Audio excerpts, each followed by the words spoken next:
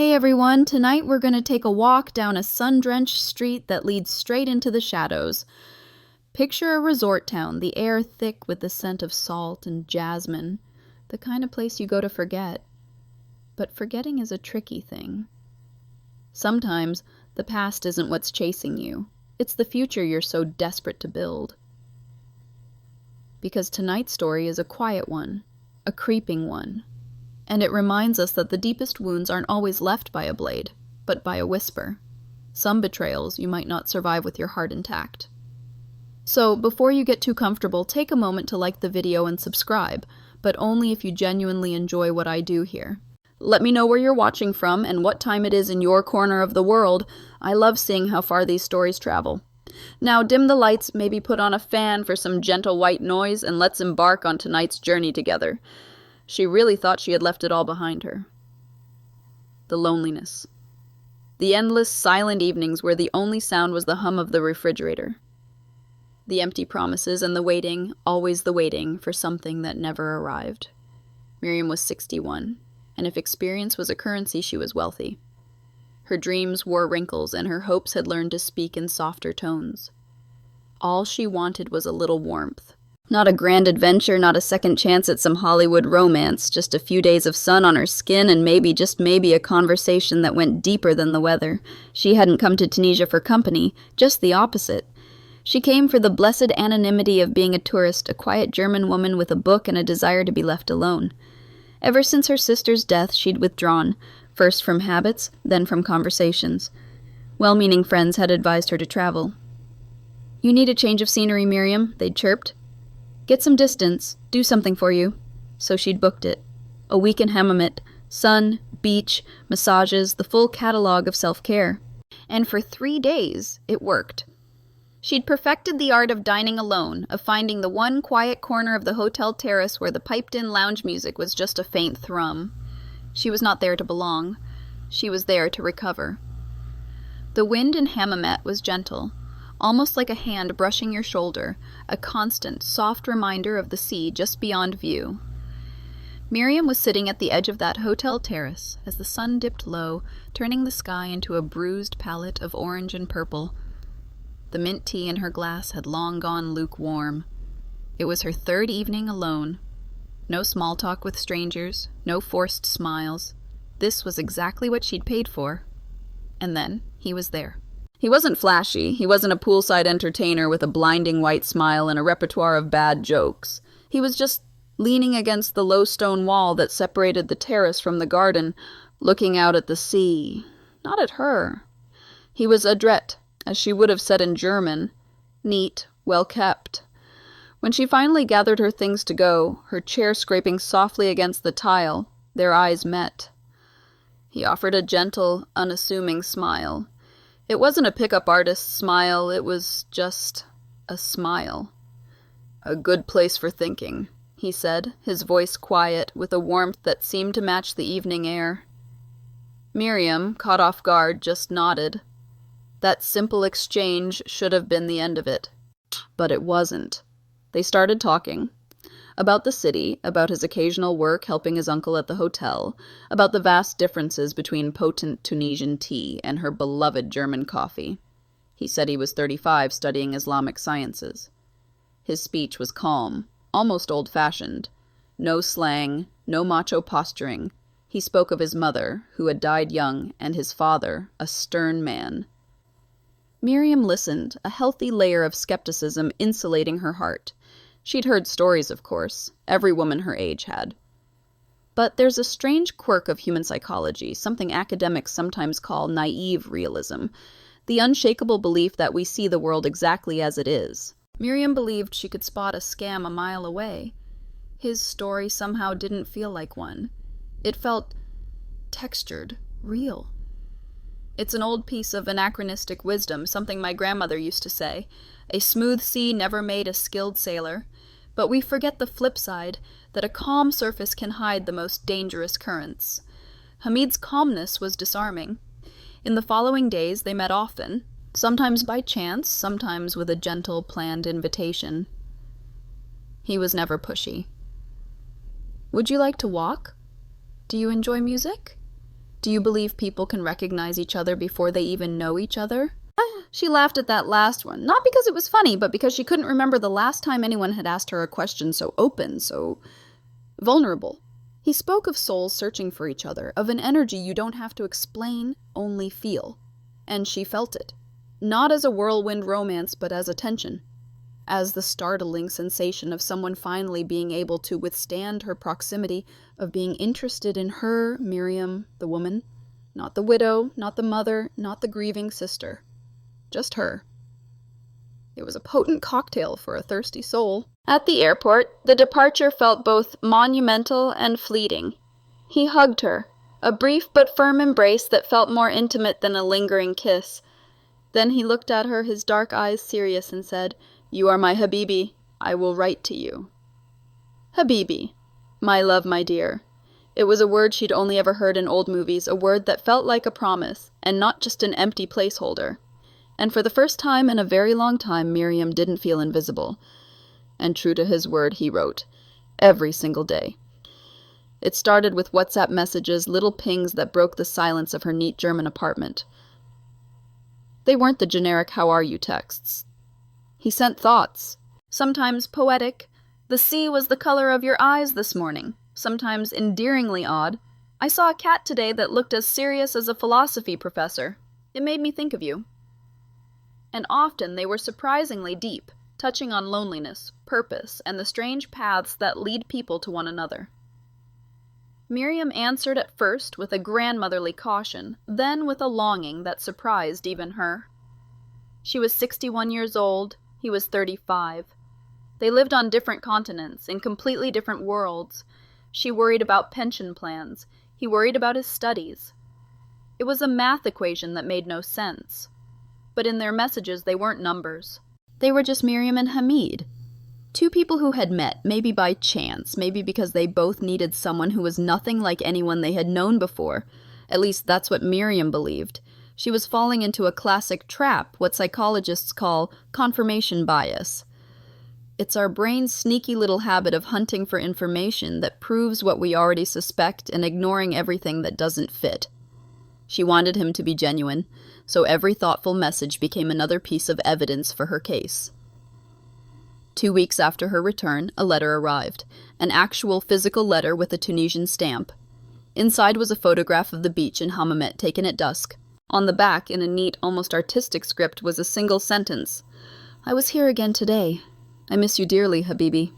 There's a certain weight to a physical object, isn't there? You can't just swipe it away. Miriam placed the photo on the sideboard in her kitchen, right next to her reading glasses and the coffee tin. She left it there, not out of forgetfulness, but as a hopeful little altar, waiting for another offering. And they came. More texts, more letters. He never used effusive, over-the-top language. He talked about the waves sounding quieter in the morning, about his difficult father who didn't understand him, and about her, not as a goddess or an angel, but as someone who was slowly revealing to him what he hadn't admitted to himself. Miriam, in turn, began to open up. She told him about her long marriage to a man who had never truly seen her, about her daughter, who was busy living her own life, about her sister, whose death had hit her harder than she would ever admit aloud. Hamid listened, or at least he seemed to, asking gentle questions that made her feel heard. The second visit felt like a homecoming. The smell of the sea air, the route from the airport, even the slightly too loud pool bar where they'd first spoken, it was all familiar territory. Hamid was waiting at the arrivals gate with a small bouquet of wildflowers, like something out of an old black-and-white film. He hugged her carefully, and the look in his eyes held more tenderness than any kiss she could remember. In the days that followed, they were nearly inseparable. They walked through the market in the mornings, the air thick with spices and the calls of vendors. In the evenings, they sat on the roof of the small guest house his cousin supposedly ran, watching the stars emerge in a sky far clearer than the one back home. At one point he turned to her and said, "You bring a quietness to my life." Miriam felt herself not just hearing the words, but choosing to believe them. This wasn't some flimsy vacation fling, this was real. At least she got the fling part right, just not for her. It's a funny thing about handwriting. People used to put immense stock in graphology, the idea that the loops and slants of your script could reveal the very essence of your character. It's mostly considered a pseudoscience today, but looking at his neat, artful handwriting on those letters, Miriam saw stability, patience, and artistry. She saw exactly what she wanted to see. On her last night, under that vast, star-dusted canopy, he took her hand. It felt warm, solid. "Habibi," he began, his voice a soft murmur. "I want to marry you. Not because I have to, but because I know I will never meet another soul as wonderful as yours in this lifetime." Miriam was silent for a long time. Her heart didn't beat faster. It beat steadier, as if it had finally found its proper rhythm, as if it had been waiting for these very words. "I am old enough to know what I'm doing," she said finally, as much to herself as to him. "I will love you always." "Then let's do it right away," he replied, his voice filled with a conviction that swept away her last remaining shred of doubt.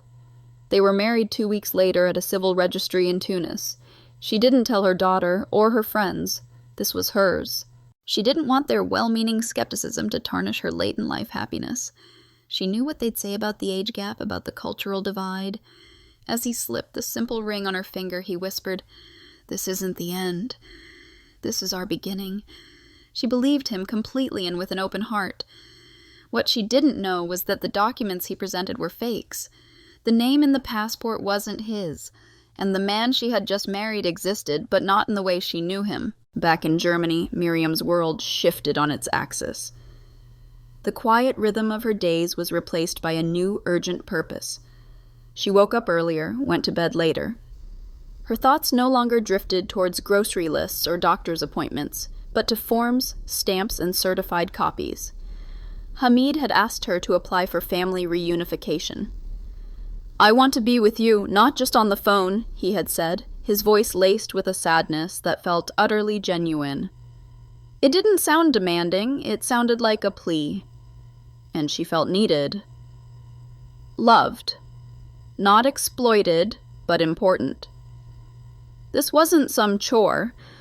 This was the architectural work of building their shared life. So she filled out applications, had papers translated, and spent hours on the phone with the Ausländerbehörde, the foreigners' office. If you've never dealt with German bureaucracy, just imagine it as the final boss in a video game that requires inhuman levels of patience. Weeks bled into months, filled with hold music, follow-up questions, and the constant need for one more form. But Miriam remained patient. A friendly official had told her, "These applications take time. Be patient." And Miriam was. Lord knows she'd been waiting for something good her whole life. What were a few more months? Then the first questions came. They were small things, seemingly incidental details. The birth certificate Hamid had sent her showed a slightly different spelling of his last name than his passport. Just a stray vowel, easily dismissed as a clerical error. The photo on his ID was older, noticeably blurrier than she'd expected. The agency requested a verification. "Just routine," the voice on the phone assured her. Miriam asked Hamid about it. At first he was evasive, blaming it on a mistake in the system. Then a flicker of impatience. "What is this? Don't you trust me?" His voice was still calm, but the warmth was gone. The soft edges were suddenly sharp. She quickly reassured him, and herself, trying not to take it too seriously. Everyone has bad days, she thought, and bureaucracy in other countries is just different. She was discovering that a man could go from quoting sea and sky poetry to sounding like a disgruntled DMV employee in record time. It was jarring. But the questions from the authorities became more specific, less routine. A formal letter arrived from the consulate. It didn't mince words. The submitted passport deviates from official security standards in key areas. Confirmation of identity is not possible. There's some wild tech in modern passports, Polycarbonate data pages, laser-engraved images, UV microprinting. They're like tiny fortresses of identity. This letter was telling her that Hamid's fortress was, apparently, built out of papier-mâché. Miriam read the sentence 3 times, a slow crawl of goosebumps rising on her arms. When she confronted Hamid with this, something broke. He didn't scream, but a pressure entered his voice, a cold fury she had never heard before. "Do you really think I would have married you if I had something to hide?" He was weaponizing their wedding, their intimacy. She wanted to say no, but her throat was desert dry. She didn't know the clinical term for it then, but she was being systematically gaslighted. It's that insidious manipulation where someone makes you question your own sanity, your own perception of reality. He wasn't just lying, he was making her feel crazy for noticing. He hung up. The next day he didn't call, nor the day after. The silence was a suffocating blanket. On the 3rd day, a single cold text message arrived. "I have had enough of your mistrust. Maybe you are not the woman I saw in you." It was a masterful reversal. Her legitimate concern was now her character flaw. His deception became her betrayal. His silence was now her punishment.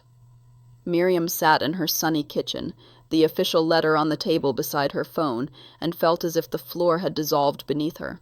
The story she had so carefully written for herself, the one with the happy ending, was being brutally edited by its main character, and she no longer understood the plot. There's an old bookbinder's adage, and the cover tells you nothing of the tale. Miriam was beginning to learn in the most painful way possible that the man she married had a beautiful handcrafted cover. But the pages inside were written in an ink she couldn't decipher, telling a story she was never meant to read. She thought about the man who wrote her poems about the sea. She thought about his warm, steady hands. And she began to ask herself the terrifying question, had it all been a play? Or had she simply forgotten, after a lifetime of caution, to wake up before the final cruel act? Miriam had always considered herself a sensible woman. No dreamer, she wasn't someone who got lost in stories. She paid her bills on time, compared prices at the supermarket, and never missed a preventative checkup. But as she sat in front of her laptop that morning typing Hamid Ben Salah into the search bar, she knew with a sickening certainty she was no longer that woman. The results were flimsy. A few social media profiles, some empty, others contradictory. One showed a picture that vaguely resembled Hamid, but the location was wrong, the age didn't match, and the text below was in French. My kingdom for a consistent backstory, she thought with a flicker of dark humor. Her search history was probably starting to look like that of a budding private eye. She kept digging, clicking through old forums and regional news sites. Finally, she wrote to an acquaintance in Tunis, a woman she'd only met briefly. The reply was kind, but cautious. Hamid Ben Salah? I know the name, the woman wrote, but not in connection with you. The feeling that spread through Miriam wasn't a sudden shock, but a slow dark dye bleeding into the fabric of everything. It was less a scream and more of a silent, internal collapse. Instead of Hamid, she called the Ausländerbehörde again, this time with sharper questions. The official on the other end was polite and very direct. Frau D. We have indications that the submitted passport was forged. The man you married does not exist under that name in the relevant databases. We strongly advise you to file a police report. The word report was the opposite of trust. It meant officially declaring that the most beautiful chapter of her recent life was a work of fiction.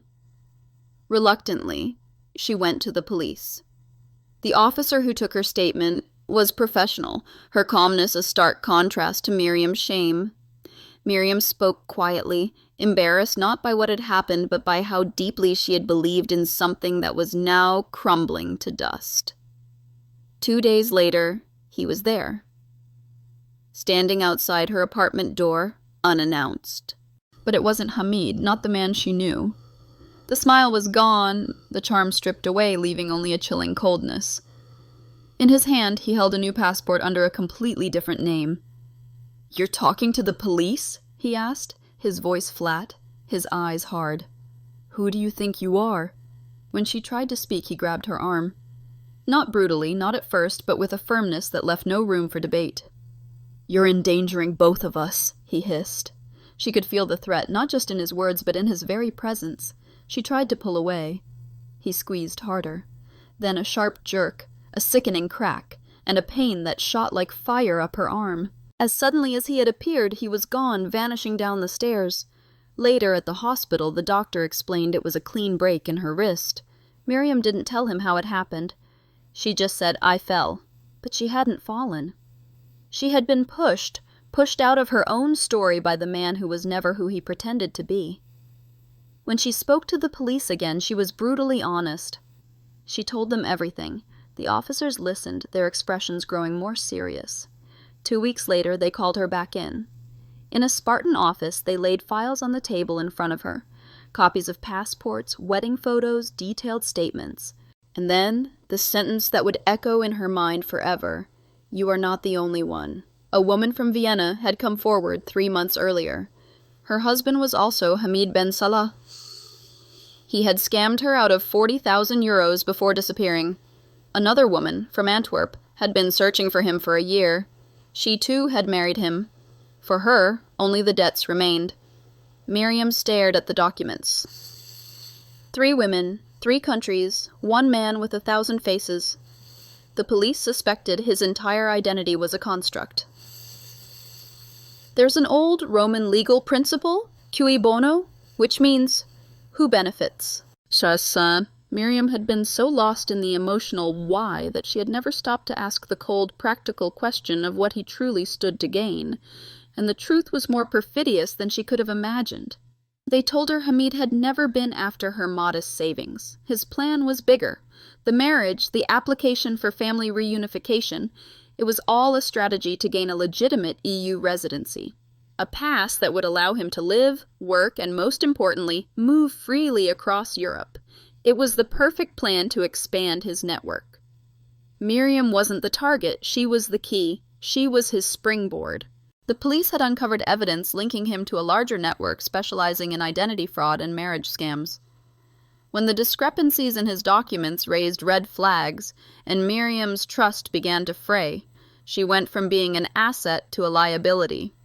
In intercepted communications, a chilling phrase came up repeatedly.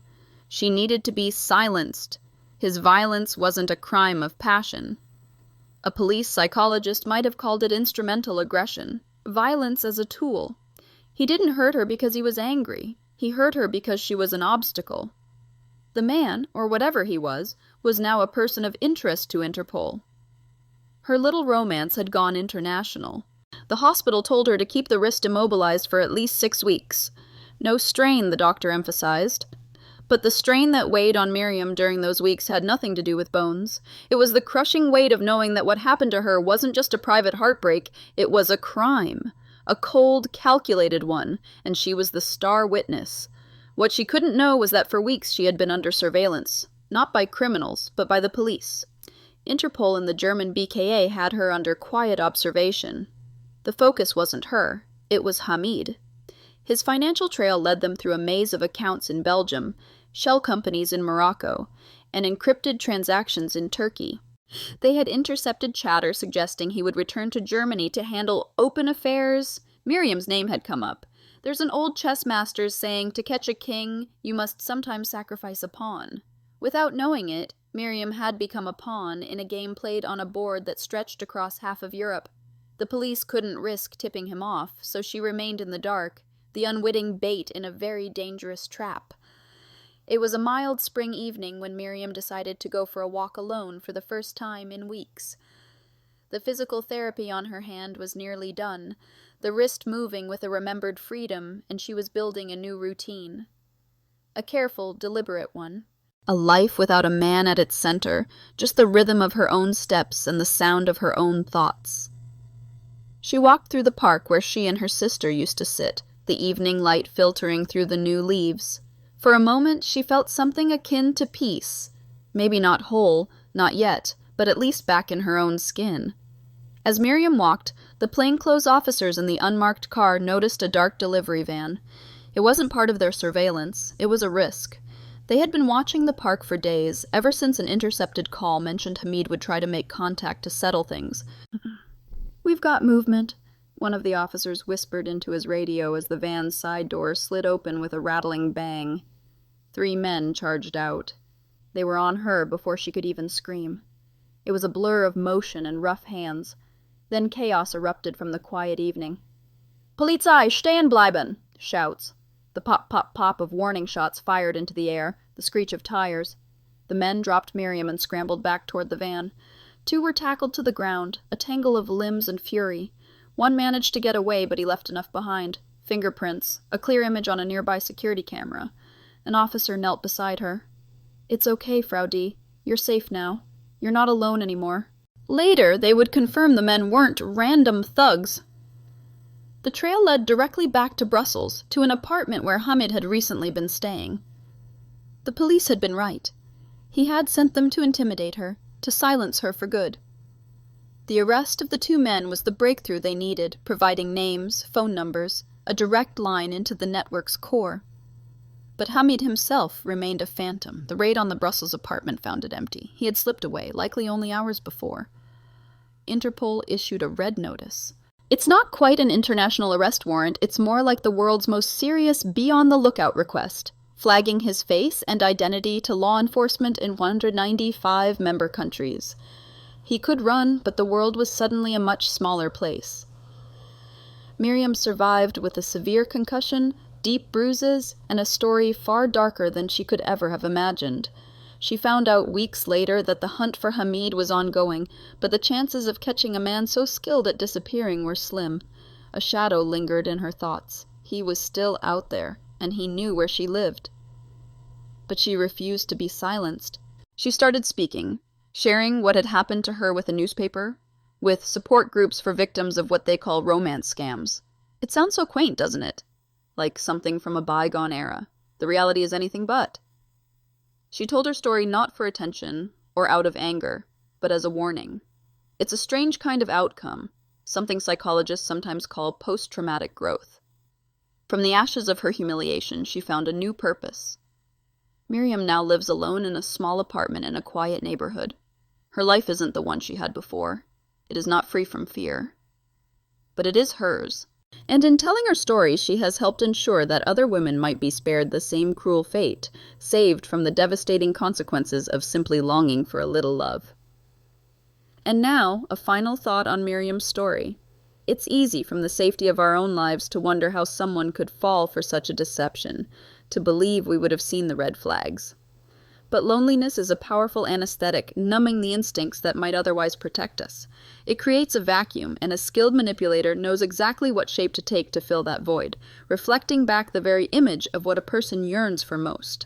Hamid was not just a con man, he was a mirror, showing Miriam a version of herself she desperately wanted to see, cherished, visible, and loved. The crime was not merely the theft of money or the pursuit of a passport, but the deliberate, systematic destruction of a person's reality for personal gain. It is a violation of the deepest trust, turning the universal human need for connection into a weapon against itself. Miriam's story did not end with the click of handcuffs or a triumphant courtroom scene. It ends quietly, in the daily act of carrying on. Her survival is not loud, but it is profound. It is found in the courage to walk through a park alone, to speak her truth to strangers, and to transform her pain into a shield for others. She reminds us that the aftermath of such a betrayal is not a single event, but a landscape one must learn to navigate for a lifetime.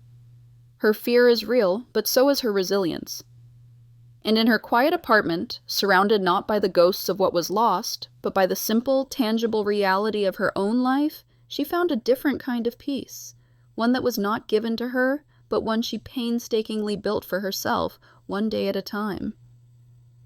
And that, in the end, is a victory no one can ever take away from her.